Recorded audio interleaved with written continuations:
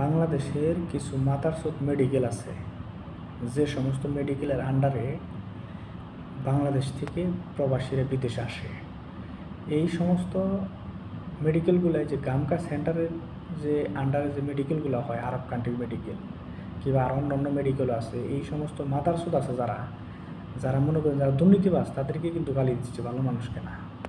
এই সমস্ত মাথারচোতেরা medical fit হওয়া সত্ত্বেও তাদেরকে আনফিট দেখিয়ে হাজার হাজার কোটি টাকা তারা কিন্তু আজকে এই দুর্নীতি করে আজকে কিন্তু সাধারণ মানুষের কাছ থেকে নিতেছে, মরার উপরে খাড়ার গা।